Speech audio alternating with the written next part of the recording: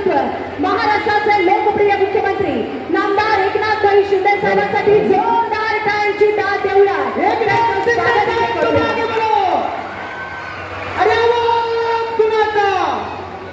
आणि यानंतर सन्माननीय सुधीरांना पाटील साहेबांना विनंती त्यांनी कार्यक्रमाचं प्रास्ताविक करावं। छत्रपती शिवाजी महाराज शिवसेना संस्थापक हिंदू हृदय सम्राट बाळासाहेब ठाकरे चव्हाण साहेब घडल्याचे शिल्पकार महामानव डॉक्टर बाबासाहेब आंबेडकर महात्मा ज्योतिराव फुले पुण्यश्लोक अहिल्याबाई होळकर यांच्या चरणी मी नतमस्तक होतो। आज माझ्या जीवनातील सर्वात मोठा आनंदाचा दिवस आहे। मी समजतो कारण हिंदू हृदय सम्राट माननीय बाळासाहेब ठाकरे यांचा विचारधारा असलेल्या शिवसेना पक्षाचे पक्षप्रमुख आदरणीय महाराष्ट्राचे मुख्यमंत्री आदरणीय एकनाथ शिंदे साहेब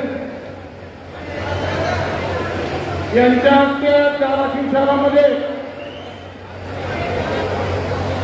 190 शाखांच्या लोखंडी फलकाचं पूजन त्यांच्या हातून होत आहे। जे विचार आदरणीय बाळासाहेब ठाकरे शिवसैनिकांच्या साक्षीनं शिवसैनिकांच्या समक्ष आदरणीय मुख्यमंत्री एकनाथ शिंदे साहेबांना आश्वासन देतो। आज तुम्ही मला पक्षप्रवेशाच्या वेळी जो माझ्या खांद्यावर धनुष्यबाण दिलेला आहे तो धनुष्यबाणाची चिन्ह घेऊन या मतदारसंघातील धनुष्यबाणाचा उमेदवार निवडून आणण्याची ग्वाही आज या ठिकाणी मी आपणा सर्व शिवसैनिकांसमक्ष आदरणीय मुख्यमंत्री साहेबांना देतो। आपण देणार का नाही ग्वाही? सर्वांना इकडे बघा, लक्ष द्यायचं। या मतदारसंघातील सर्व मतदार आपण आहात। या आदरणीय हिंदू हृदय सम्राट बाळासाहेब ठाकरेंच्या विचाराची शिवसेना असलेले आदरणीय मुख्यमंत्री एकनाथ शिंदे साहेब यांच्या नेतृत्वाखाली काम करण्यासाठी मला बऱ्याच दिवसापासून म्हणत होतो की आपल्याला शिंदे साहेबांवर काम करायचं, कारण ती निवडणूक आहे 1986 साली शिवसेना पक्ष झाला आणि पहिली लोकसभा आणि विधानसभा आपल्या शिवसेनेच्या माध्यमातून संस्थापक आदरणीय हिंदू हृदय सम्राट बाळासाहेब ठाकरे यांनी शिवसेनेचं धनुष्य घेऊन ही निवडणूक लढवली। उमेदवार असेल आणि निवडून येईल, कारण हा मतदारसंघ शिवसेनेचा म्हणजे धनुष्यबाणाचा पारंपरिक मतदार आहे किंवा याच मतदारसंघामध्ये धनुष्यबाणाचा उमेदवार सतत निवडून आलेला आहे। साहेब, या ठिकाणी सर्व शिवसैनिकांच्या वतीनं आपण शब्द देतो की या मतदारसंघामध्ये शिवसेनेचा धनुष्यबाणाचा उमेदवार आम्ही सर्व शिवसैनिक सर्व बाळासाहेबांच्या विचाराचे शिवसैनिक आपल्या विचाराचे शिवसैनिक या ठिकाणी ग्वाही देतो। साहेबांना वेळ नाही, मी जास्त वेळ घेणार नाही। 2014ला परत मी निवडणूक लढवली, त्या निवडणुकीमध्ये मातोश्रीच्या पद्धतीने चालू आहे।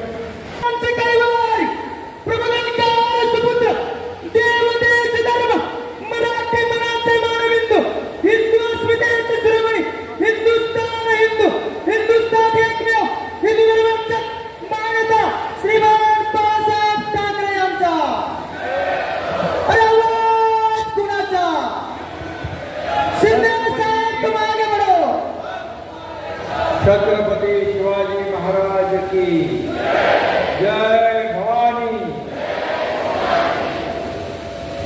सगळ्यांना जय महाराष्ट्र। सगळ्यांना खूप खूप शुभेच्छा। माझ्या लाडक्या बहिणींना शुभेच्छा, इकडे लाडके भाऊ आहेत त्यांनाही शुभेच्छा। के आणि कोत्रे श्री नितीन लांडगे, योगेश केदार, अमर कदम, महेश साठे, सचिन गुरु, सर्व अनिल जगताप, सूरज चौधरी, उपस्थित सर्व मान्यवर, विद्यापीठावरील सर्व सन्मान्य मान्यवर आणि या सभागृहामध्ये बसलेले सर्व, आज आपण पाहतोय की महाविकास आघाडी सरकारने कामं केलेली, ठप्प केलेलीकडे विकास आणि दुसरीकडे कल्याणकारी योजना, आणि म्हणून त्यांच्या विचाराचं सरकार आपण स्थापन केलं. सर्वसामान्यांच्या, माता भगिनींच्या, बांधवांच्या, ज्येष्ठांच्या, शेतकऱ्यांच्या, सर्वांच्या मनातलं सरकार आपण स्थापन केलं. आणि म्हणून अनेक योजना आपण जनकल्याण योजना सुरू केल्या. धनुष्य बाणाने तुमच्या एकनाथ शिंदे आणि तुम्ही सगळ्यांनी 13 पैकी 7 जागा आपण जिंकल्या आणि मत देखील 2 लाखापेक्षा जास्त मत आपण मिळवली. याचा अर्थ लोकांवर शिक्का मोर्तब केलं. आणि म्हणून जी मतांची जी काही फुगी तिकडे आली आहे, ते काँग्रेसची वोट बँक तिकडे जमा झाली आहे. एकदा माणसाला फसवू शकता. संविधान बदलणार, मुस्लिम बांधवांना घाबरवलं, त्यांना म्हणाले तुम्हारे आरक्षण जाएगा, तुम्हारे को यहाँ से भगाएंगे, ये करेंगे, वो करेंगे. मुसलमान कैंडिडेट दिया है क्या उन्होंने? पूछो उनको. जब आपके फायदे की बात आती है तब भाग जाते हैं, हाथ ऊपर करते हैं. हम लोग बाळासाहेब ठाकरे जी के सैनिक हैं. बाळासाहेब ठाकरेंचे कार्यकर्ते आपण आहोत. अतिशय पॉप्युलर झाली, सुपरहिट झाली. आता तिथूनच मी इथं आलो. इथून यायला उशीर झाला. माझ्या बहिणी राख्या बांधत होत्या, ओवाळत होत्या, हसत मुखाने स्वागत करत होत्या. यामुळे त्यांच्या पायाखालची वाळू गावांना देताना त्याच्यामध्ये हिंदू, मुसलमान, शीख, ईसाई सगळ्यांना योजना दिली आहे. आणि म्हणून आज मी सांगतो, मुख्यमंत्री माझी लाडकी बहीण योजना 2 कोटी भगिनींनी नोंदणी केली आहे. 1,60,00,000 बहिणींच्या खात्यात पैसे जमा झाले. ज्यांचे पैसे जमा नाही झाले त्यांना 30 सप्टेंबर पर्यंत आपण अजून मुदत दिली आहे. आणि 2.5 कोटी माझ्या बहिणींपर्यंत ही योजना पोहोचेल. विरोधक म्हणाले योजना झूठी है, योजना खोटी है, चुनावी जुमला है, खाते में पैसे नहीं आएंगे. मला सांगा, तुमच्या कुणाकुणाकडे योजनेचे पैसे आले? हात वर करा. महिला माझ्या बहिणीने हात वर करा. आता तुमच्या खात्यात पैसे आले, 2 हप्त्याचे आले, आता या 3ऱ्या हप्त्याचे येतील. मागं बसले आहेत त्यांच्या खात्यामध्ये पण 30 सप्टेंबर पर्यंत सगळे स्क्रुटिनी होईल आणि सगळ्या बहिणींच्या खात्यात पैसे जमा होतील. हे सरकारचं काम. आणि योजनेमध्ये या विरोधकांनी खोडा घातला, कोर्टात गेले, योजना बंद पाडण्यासाठी प्रयत्न केला, परंतु कोर्टाने पण त्यांना चांगली थप्पड मारली आणि त्यांना त्यांची जागा दाखवली. आणि म्हणून हे खोडा घालणाऱ्या सावत्र भावांना जोडा दाखवण्याची वेळ माझ्या बहिणींना संधी जेव्हा मिळेल तेव्हा बरोबर दाखवा. कारण या लोकांनी ही योजना बदनाम केली. या महिलांना तुम्ही विकत घेताय का? महिलांना लाच देताय का? ऐका, माझ्या बहिणींना बोलताना थोडी लाच तरी वाटली पाहिजे, मनाची नाही धनाची तरी वाटली पाहिजे होती. आणि म्हणून मी आपल्याला सांगतो, त्याच्यानंतर म्हणाले लाडक्या भावाचं काम. लाडका भाऊ योजना पण आपण आली.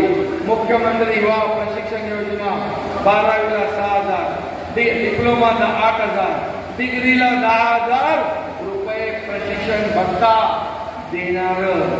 हे महायुतीचं पहिलं राज्य आहे, देशातलं पहिलं राज्य. आणि म्हणून त्याचा लाभ घ्या. याचबरोबर 3 मोफत गॅस सिलेंडर देण्याचा निर्णय आपण घेतला. मुलींना मोफत शिक्षण देण्याचा निर्णय घेतला.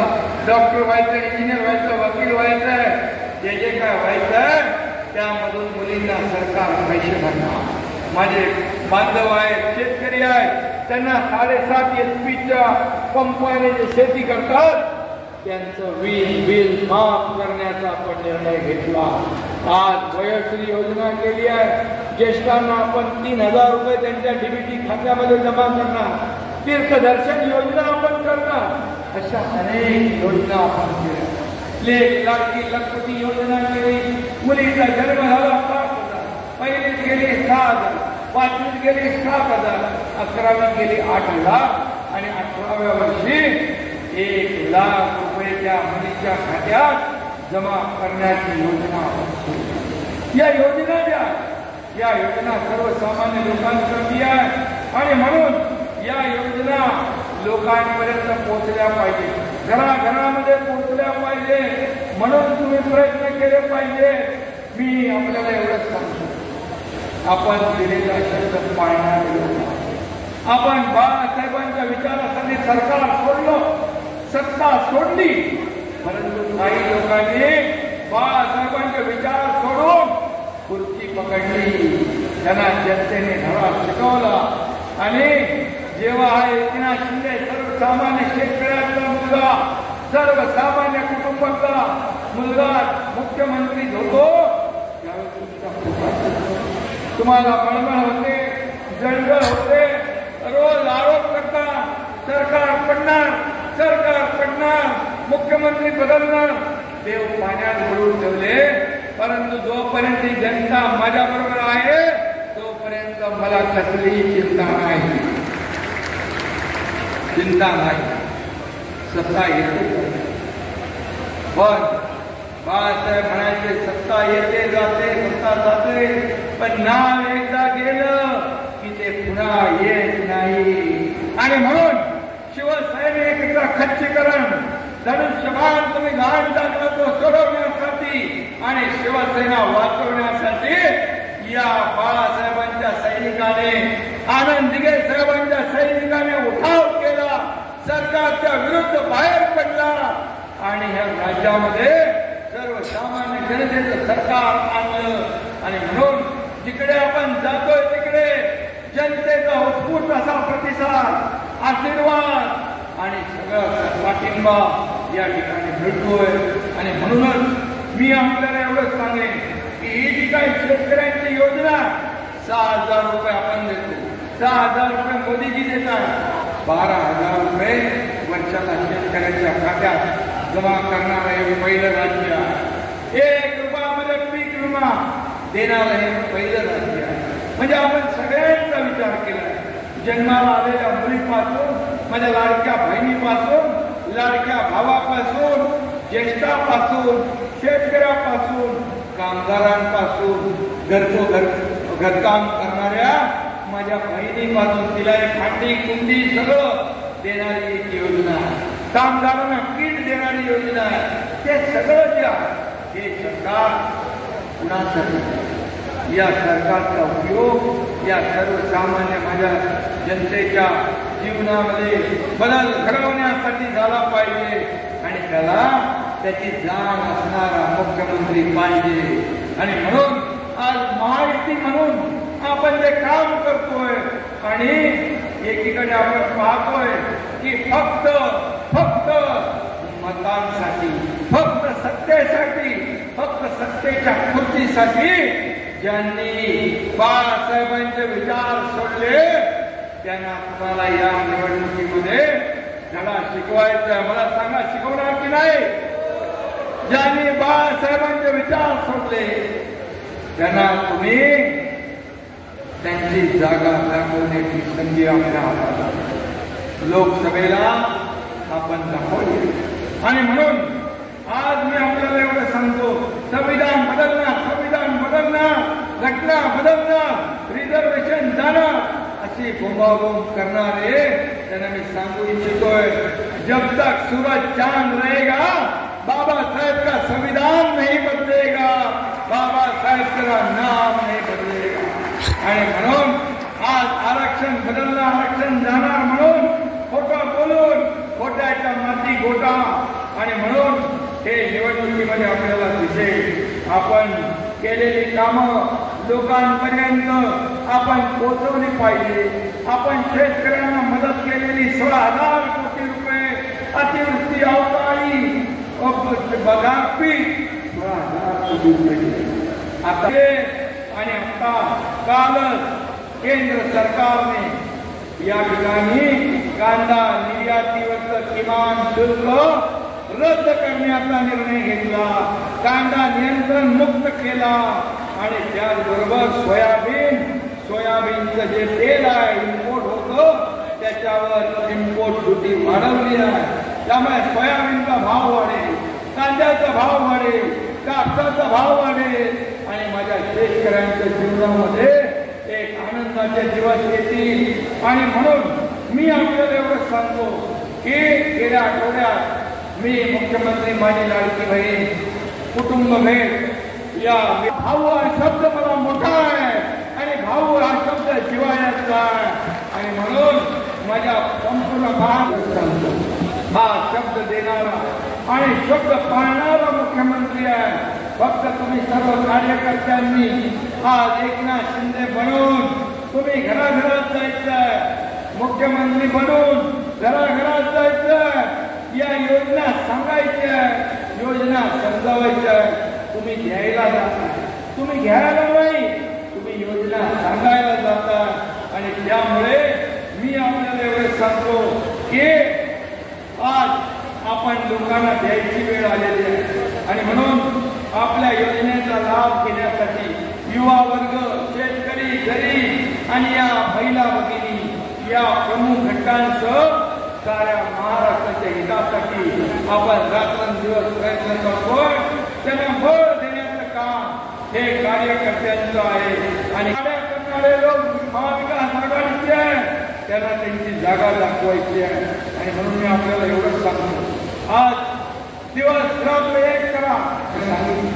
आतापर्यंतच्या इतिहासामध्ये मराठा समाजाला फक्त सत्तेसाठी वापर केला, परंतु या एकनाथ शिंदेने जस्टिस शिंदे कमिटी नेमली, कुणबी प्रमाणपत्राचं वाटप सुरू झालं, आजही सुरू आहे. जाहीर शपथ घेतल्यानंतर विशेष अधिवेशन बोलवलं, 10% आरक्षण दिलं आणि ते आजही टिकलेला. ओबीसी प्रमाणे सवलती दिल्या, त्याच्यामध्ये अण्णासाहेब पाटील आर्थिक विकास महामंडळाच्या माध्यमातून 1 लाख तरुणांना 15 लाखापर्यंत कर्ज देऊन काम करत असताना सरकारने अनेक निर्णय घेतले. 5,000 तरुणांना अधिसंख्य पद करून आपण त्यांना कामावर घेतलं. अगोदरचे सरकार म्हणालं कोर्टात असं होईल तसं होईल, बोले जे व्हायचं ते होऊ दे, परंतु त्यांना कामावर घेण्याचं काम आपल्या सरकारने केलं. इतर कुठल्याही समाजाला त्याचं आरक्षण कमी न करता, अन्याय न करता हे निर्णय आपण घेतले. आणखी देखील जे निर्णय आहेत ते देखील आपण सकारात्मक आहोत, परंतु शेवटी कायद्याच्या चौकटीत भूमिका सरकारची आहे. पण विरोधक त्याचं राजकारण करतायत, भांडवल करतायत, दुटप्पी भूमिका घेतायत आणि म्हणून दुटप्पी भूमिका नाही, आम्ही जी भूमिका सरकारने काल घेतली आजही तीच आहे, उद्याही तीच राहणार आहे. आणि म्हणून मराठा समाजातल्या तरुणांनी देखील ओळखलं पाहिजे कोण देणार आहे आणि कोण राजकारण करणार आहे, आपला कोण, वर्ग कोण.